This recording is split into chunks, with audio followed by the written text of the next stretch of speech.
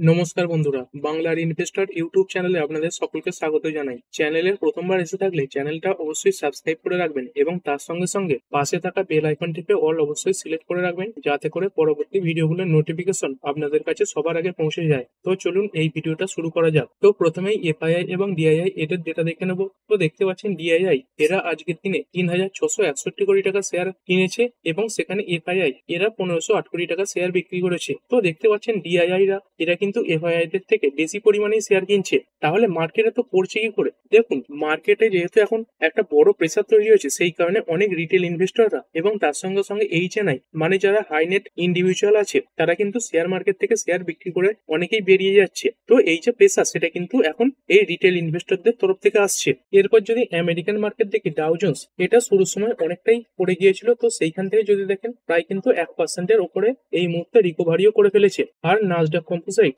এটা এখন 1% নিচে ট্রেড করছে। এরপর যদি ইন্ডিয়ান এডিআর গুলো দেখি, তো উইপ্রো এডিআর এটা 0.93% আপ, ইনফোসিসের এডিআর এটা 1% কাছাকাছি ডাউন হয়ে গিয়েছে। তারপরে ডক্টর রেড্ডি ল্যাব এটা 2.33% পড়েছে।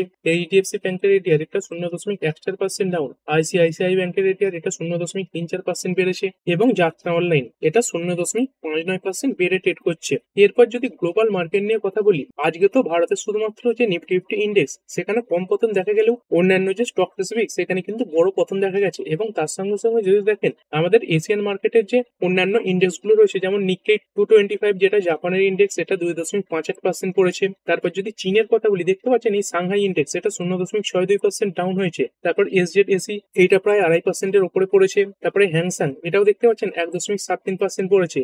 সাংহাই মার্কেট এটা 1.10% পড়েছে। এবং যদি সাউথ কোরিয়ার মার্কেট বলি, এই কোসপি এটাও দেখতে পাচ্ছেন 0.63% নিচে কিন্তু ট্রেড করছে। মানে ওভারঅল এশিয়ান মার্কেটে আজকে কিন্তু প্রেসার দেখা গেছে। আর এরপর কিছু কোম্পানির কোয়ার্টার টু রেজাল্ট নিয়ে সংক্ষেপে আলোচনা করব। তো প্রথম যে কোম্পানিটা সেটা হচ্ছে টেক মাহিন্দ্রা লিমিটেড। তো কোম্পানির রেজাল্ট কেমন এলো? তো রেজাল্ট করে নিয়েছি। কোম্পানির সেলস দেখতে পাচ্ছেন ইয়ার অন ইয়ার 5% বেড়েছে, 13,313 কোটি থেকে বেড়ে হয়েছে 13,995 কোটি। এবং কোয়ার্টারলিও বেড়েছে। তারপরে এবিটা এটা 24% বাড়া, 1,750 থেকে বেড়ে হয়েছে 2,165 এবং কোয়ার্টারলিও এটা বাড়া রয়েছে। তবে যদি দেখেন নেট প্রফিট এখানে কিন্তু কিছুটা ডাউন হয়ে গেছে, 1258 নেট প্রফিট পড়ে হয়েছে 1202 কোটি। তবে কোয়ার্টারলি এই যে নেট প্রফিট এটা বাড়া রয়েছে। এবং এটাও দেখতে পাচ্ছেন এই নেট প্রফিটের দিক থেকে মার্কেটের যে অনুমান ছিল সেটাকে কিন্তু এরা মিস করে গেছে, মানে পূরণ করতে পারেনি। এবং তার সঙ্গে সঙ্গে কোম্পানিটা এক একটা শেয়ার পিছু 15 টাকা করে ইন্টিরিম ডিভিডেন্ড দেওয়ার কথা ঘোষণা করেছে। এর পরের কোম্পানি আইসিআইসিআই লম্বার্ড। তো কোম্পানির রেজাল্ট কেমন এলো? সেলস ইয়ার অন ইয়ার 12% বেড়েছে,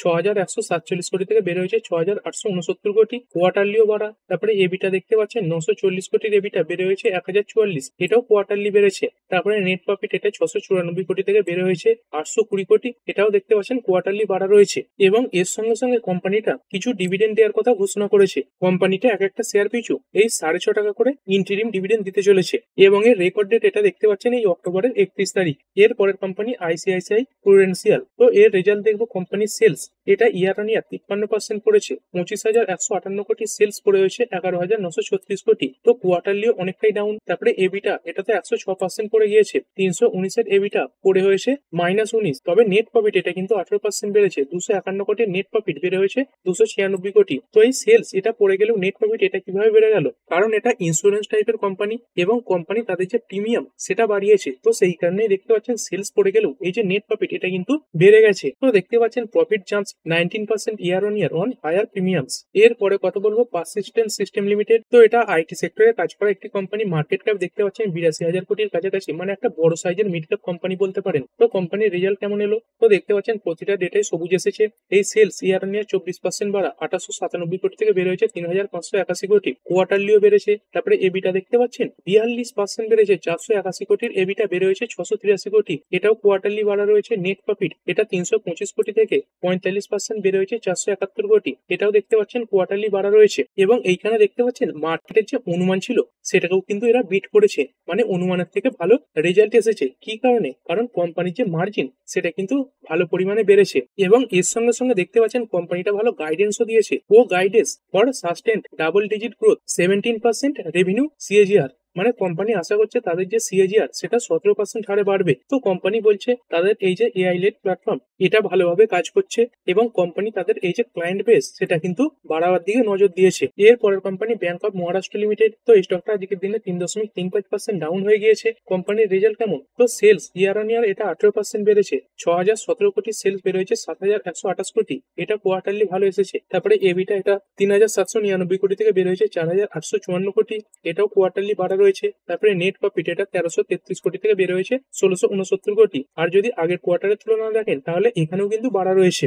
এবং কোম্পানির যে নেট ইন্টারেস্ট ইনকাম এটা দেখতে পাচ্ছি 15% পর্যন্ত বেড়েছে। তবে এটা সত্ত্বেও কোম্পানির শেয়ারে কিন্তু একটা ভালো পরিমাণে সেল অফ দেখা গেছে। আর যদি কোম্পানির এনপিএ এর ব্যাপারে কথা বলি, তো এখানে দেখতে পাচ্ছেন এই যে এনপিএ এটাও কিন্তু স্ট্রং হয়েছে, মানে ইয়ারলি স্ট্রং হয়েছে। ইয়ারলি দেখতে পাচ্ছেন এর আগে ছিল 1.84, সেখান থেকে কমেছে 1.72, এটা গ্রস এনপিএ। তারপর নেট এনপিএ এটা 0.20, এখান থেকে কমে 0.18। তবে যদি কোয়ার্টারলি দেখেন তাহলে এই যে এনপিএ এটা কিন্তু আগের কোয়ার্টারের মতোই সেম আছে। এরপরে কথা হলো সাইন ডিএলএম লিমিটেড। এই স্টকটা আজকের দিনে 4.25% পড়েছে। কোম্পানি তার রেজাল্ট ফেস করেছে। কোম্পানির সেলস দেখতে পাচ্ছেন ইয়ার অন ইয়ার 20% পড়ে গেছে, এই 389 কোটি থেকে পড়ে হয়েছে 311 কোটি। তবে কোয়ার্টারলি বাড়া রয়েছে।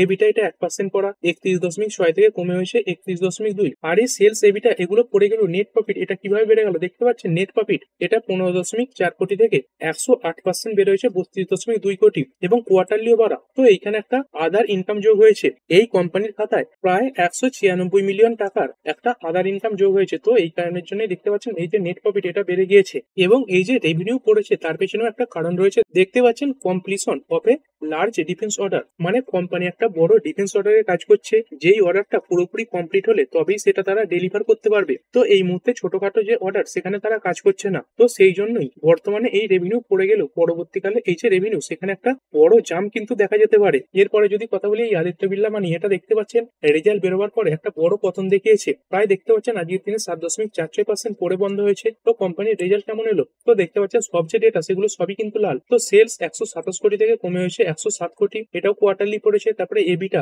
68 কোটি থেকে কমে হয়েছে 46.6 কোটি, এটাও কোয়ার্টারলি পড়া। তারপরে নেট প্রফিট এটা 26.7 কোটি থেকে পড়ে হয়েছে 10.2 কোটি, এটাও দেখতে পাচ্ছেন কোয়ার্টারলি পড়েছে। এবং যে ইপিএসও দেখতে পাচ্ছেন ইয়ারলি এবং কোয়ার্টারলি দুই জায়গাতেই ডাউন। তো এই এত খারাপ রেজাল্টের কারণে স্টকটাতে আজকে এত বড় পতন দেখা গেছে। আর যদি কথা বলি আজকেও আরো অনেক স্টক তার রেজাল্ট পেশ করবে। এবং যদি আগামীকালের কথা বলি, আগামীকালও কিন্তু বড় বড় অনেক নাম রয়েছে। তো দেখতে পাচ্ছেন অ্যাক্সিস ব্যাংক রয়েছে, অ্যাঞ্জেল ওয়ান রয়েছে, তারপরে ডেল্টা কর্প, হ্যাথওয়ে রয়েছে, এইচডিএফসি এমসি রয়েছে, এইচডিএফসি লাইভ রয়েছে, হেরিটেজ ফুড রয়েছে, আইআরএফসি, কেইআই দেখতে পাচ্ছেন, কেসলভ রয়েছে। তো এরকম অনেক নাম দেখতে পাবেন, ওবেরয় রিয়েলিটি। তো এত সব কোম্পানির রেজাল্ট একদিনে তো কভার করা সম্ভব নয়। তো আপনি চাইলে এই চ্যানেলের সঙ্গে যুক্ত যে টেলিগ্রাম গ্রুপ রয়েছে সেখানে জয়েন হতে পারেন এবং সেখানে কোম্পানির রেজাল্টের দিনে আপনার কোম্পানির নাম লিখে অবশ্যই জানতে চাইবেন। সেখানে আপনার কোম্পানির যে রেজাল্ট সেটা প্রোভাইড করে দেওয়া হবে।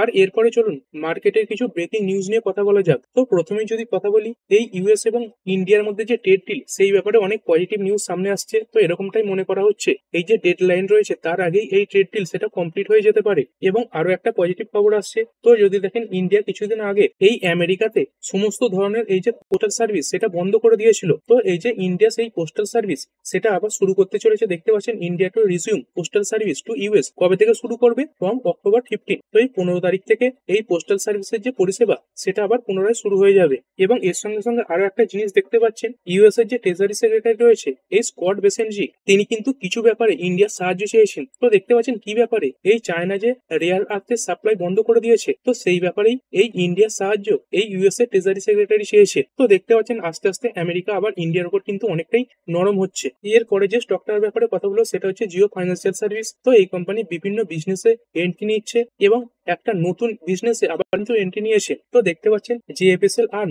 ফোরে into next generation এমএলএফএফ টোলিং stock edges higher. তো এই এমএলএফএফ এর ফুল ফর্ম কি দেখতে পাচ্ছেন? মাল্টিলেন ফ্রি ফ্লো। তো এখানে দেখতে পাচ্ছেন এই টোল সিস্টেমে কাজ করবে। তো এখানে কি হবে? আগে যেমন টোল সিস্টেমে দেখতে পেতেন যে গাড়িকে দাঁড় করিয়ে সেখান থেকে টাকা নিতে হতো এই টোলের জন্য। তো সেই যে ব্যাপারটা সেটা এখন অনেক উন্নত হয়ে গেছে। এখন ফাস্ট্যাগের যে সিস্টেম সেটাও চালু হয়েছে। তো সেই ব্যাপারেই এই যে জেএফএসএল এর আর্ন তারা কাজ করবে। তো দেখতে পাচ্ছেন এই ইলেকট্রনিক টোল কালেকশন মেকানিজম করবে কি জন্য? আইডেন্টিফাই, তারপরে classify and charges vehicle without recurring them to stop or use designated toll lens. মানে যে কোনো গাড়ি যেগুলোই লেন দিয়ে যাবে বা টোল দিয়ে যাবে সেগুলোকে তারা আইডেন্টিফাই করবে, তারপরে কি ধরনের গাড়ি সেইগুলোকে ক্লাসিফাই করবে এবং তাদের উপর কত কি চার্জ লাগবে সেইগুলোও দেখবে, এবং তারপরে সেই যে চার্জ সেটা তারা কেটে নেবে। তো ফাস্ট্যাগের মতোই একটা ব্যাপার হতে চলেছে। এবং এই জিও ফাইন্যান্সিয়াল সার্ভিসের যে সাবসিডিয়ারি রয়েছে জিও পেমেন্ট ব্যাংক, তারাই কিন্তু এই বিজনেসে এন্ট্রি নিয়েছে। তো আপাতত দুখানা টোল প্লাজাতে এরা কাজ করবে দেখতে পাচ্ছেন, এই শাহজাহানপুর অ্যান্ড মনোহরপুরা, এবং অন্যদিকে আরেকটা হচ্ছে এই গুরগাম অ্যান্ড জয়পুর স্টেজ। এর পরের কোম্পানি এমটেক টেকনোলজিস লিমিটেড। তো এই স্টকটা আজকের দিনে দেখতে পাচ্ছেন 11% কাছাকাছি একটা ভালো জাম দেখিয়েছে। তো যদি দেখেন এই কোম্পানিটা বিভিন্ন সেগমেন্টে কাজ করে থাকে, যদি বিজনেস সেগমেন্টটাকে দেখতে পাচ্ছেন এই স্পেস সেগমেন্ট রয়েছে, তার সঙ্গে সঙ্গে defence aerospace, oil and gas, power, clean energy, ball স্ক্রিউ and roller স্ক্রিউ, এই বিজনেস গুলোতে কাজ করে থাকে। দেখতে পাচ্ছেন একদম একটা অলরাউন্ডার টাইপের কোম্পানি, স্পেস সেগমেন্টে কাজ করছে, defence aerospace, oil and gas, power, clean energy সব সেগমেন্টে কিন্তু কাজ করছে। তো এই কোম্পানিটা আজকের দিনে কেন বাড়লো? তো দেখতে পাচ্ছেন এমটেক শেয়ার সোর 12.5% অন ই client raise 5 billion investment boost. মানে এই কোম্পানিটা কিন্তু কোনো ইনভেস্টমেন্ট পায়নি, কিন্তু কোম্পানির একটা বড় ক্লায়েন্ট রয়েছে, তারা একটা $5 বিলিয়ন ইনভেস্টমেন্ট পেয়েছে। তো এটা রিপোর্টের মাধ্যমে সামনে আসছে। তো কোম্পানির ক্লায়েন্ট এত বড় ইনভেস্টমেন্ট পেলে কি হবে, সেই ইনভেস্টমেন্ট থেকে কিছু অর্ডার এই এমটেক এই কোম্পানিটাও পেতে পারে। তো এই খবরের পরেই স্টকটাতে কিন্তু এত বড় জাম দেখা গেছে। আর এরপরে যদি কথা বলি টাটা ক্যাপিটাল লিমিটেড, তো দেখতে পাচ্ছেন স্টকটা একদম মিউটেড লিস্ট হয়েছে, এবং লিস্ট হওয়ার পরে আজকের দিনে 3.22% পড়েছে। তো কোম্পানির যে পরবর্তীকালে রেজাল্ট সেটা ফোকাসে রাখা অবশ্যই একটা গুরুত্বপূর্ণ জিনিস হবে। তো কোম্পানি আজকের দিনে ঘোষণা করে দিয়েছে তারা এই 28/10/2025 মানে 28 অক্টোবর তাদের যে রেজাল্ট সেটা কিন্তু পেশ করবে। এর পরের কোম্পানি জয়প্রকাশ অ্যাসোসিয়েটস লিমিটেড। তো এই কোম্পানিটাকে কেনার ব্যাপারে অনেক বড় বড় গ্রুপ বিড লাগিয়েছিল, তো সেই ব্যাপারে আজকে একটা তথ্য সামনে আসছে। তো এখানে দেখতে পাচ্ছেন এই যে বেদান্ত, এরা এই যে জয়প্রকাশ অ্যাসোসিয়েট এটাকে কেনার জন্য বিড লাগিয়েছিল 17,000 কোটি টাকা। এইখানেই এই বেদান্ত এই সিসিআই বা কম্পিটিশন কমিশন অফ ইন্ডিয়া এদের তরফ থেকে ছাড়পত্র পেয়েছে।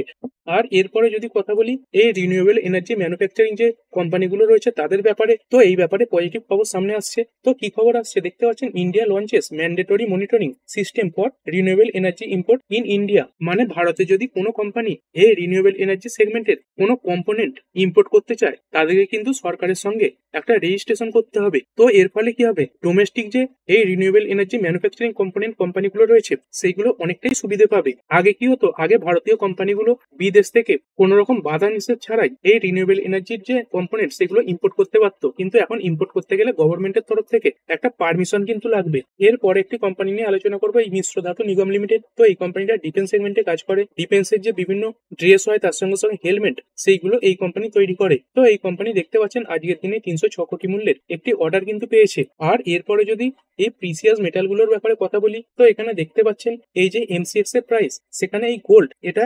1,30,105-কে ছাপিয়ে গেছে। তো এটা 10 গ্রাম 24 ক্যারেট গোল্ড কলকাতার দাম অনুযায়ী, কিন্তু আপনি যদি কলকাতায় এই দামে গোল্ড কিনতে চান সেটা কিন্তু পাবেন না। তো কলকাতার দোকানে এখন প্রায় 1,50,000 থেকে 2 লাখ পর্যন্ত টাকায় এই যে গোল্ড সেটা বিক্রি হচ্ছে। এবং তার সঙ্গে সঙ্গে যদি কথা বলি এই সিলভারের প্রাইসও বড় জাম দেখা যাচ্ছে। তো দেখতে পাচ্ছেন এই যে সিলভার এটা 1,58,900 টাকায় চলছে। তো এটা এই এমসিএক্স বা অনলাইন প্রাইস, কিন্তু দোকানেও আপনি এই দামে এই যে সিলভার সেটা পাবেন না। কারণ কি, এই সিলভারের যে সাপ্লাই সেটা কিন্তু অনেকটাই কমে গেছে, বা বলতে পারেন যতটা ডিমান্ড রয়েছে ততটা কিন্তু এই সিলভার সেটা ইন্ডিয়াতে আসছে না। এবং এসব কারণে দেখতেও পাচ্ছেন এই যে সিলভার ইটিএফ এর প্রাইস সেটাও কিন্তু অনেকটা হাই হয়ে গেছে। আর অনেক মিউচুয়াল ফান্ড কেনই সিলভারের ইটিএফ এ ফান্ড নেওয়া বন্ধ করে দিচ্ছে, কারণ দেখুন এদেরকে তো এই অনলাইনের প্রাইসে এই যে ইটিএফ এর ফান্ড সেটা নিতে হচ্ছে, কিন্তু অফলাইনে বা যদি ফিজিক্যালি বলেন তাহলে এই যে সিলভার সেটা কিন্তু এই দামে পাওয়া যাচ্ছে না। মানে অনলাইনে যত দাম দেখাচ্ছে তার তুলনায় অফলাইনে এই যে দাম, মানে যেখান থেকে কিনতে হচ্ছে সেখানে সেই যে দাম সেটা কিন্তু অনেকটাই বেশি রয়েছে। সেই কারণের জন্যই অনেক মিউচুয়াল ফান্ড এই নতুন করে প্রিসিয়াস মেটালের যে ফান্ড নেওয়া সেটা কিন্তু বন্ধ করে দিচ্ছে। আর এরপরে যদি ইন্ডিয়ান রুপি নিয়ে কথা বলি, তো দেখতে পাচ্ছেন $1 এগেস্টে 88.78 কাছে চলছে, তো একদম টপ লেভেলের কাছেই রয়েছে। তারপর যদি বিটকয়েনের কথা বলি, তো বিটকয়েন আজকের দিনে 2.19% পড়েছে, এই মুহূর্তে 1,12,742 USD চলছে। আর ক্রুড অয়েল এটা কিরকম পারফর্ম করছে, তো ক্রুড অয়েলে আজকে আবার পতন দেখা গেছে। WTI ক্রুড এটা প্রায় 1.5% কাছাকাছি ডাউন, এবং ব্রেন্ট ক্রুড এটা 1.78% ডাউন। আর ভিডিও শেষে আমেরিকান মার্কেট দেখে নেব। তো ডাউ জোন্স দেখতে পাচ্ছেন বটম লেভেল থেকে অনেকটাই রিকভারি করে ফেলেছে, এখন কিন্তু 0.64% পয়েন্টের ওপরে ট্রেড করছে। আর নাসডাক কম্পোজিট এটা কিরকম পারফর্ম করছে? তো নাসডাক কম্পোজিট যদিও এখন লাল নিশানে রয়েছে, কিন্তু শুরুর সময় দেখতে পাচ্ছিলেন 1% নিচে রয়েছে। তো বর্তমানে এই যে পতন অনেকটাই কমেছে, এখন মাত্র 0.16% নিচে রয়েছে। তো ঠিক আছে বন্ধুরা, আশা করছি ভিডিওটা আপনাদের ভালো লেগেছে। আপনি চাইলে এটাকে লাইক এবং শেয়ার করতে পারেন। আর শেয়ার মার্কেট সংক্রান্ত ডেইলি নিউজ আপডেট পেতে চ্যানেলটা সাবস্ক্রাইব করে রাখবেন এবং পাশে থাকা বেল আইকনটি টিপে অল অবশ্যই সিলেক্ট করে রাখবেন, যাতে পরবর্তী ভিডিওর নোটিফিকেশন আপনার কাছে সময় মতো পৌঁছে যায়। আর হ্যাঁ, ভিডিওটি শুধুমাত্র ইনফরমেশন এবং এডুকেশনাল পারপাসের জন্য বানানো হয়েছে। আমি সেবি রেজিস্টার্ড নই, তাই কোনো প্রকার শেয়ারে কোনো প্রকার বাই, সেল, হোল্ড বা অ্যাভারেজ করার কোনো সিদ্ধান্ত নেওয়ার আগে আপনার যে ফাইন্যান্সিয়াল অ্যাডভাইজার আছে তার সঙ্গে অবশ্যই আলোচনা করবেন। দেখা হচ্ছে পরের ভিডিওতে। ধন্যবাদ।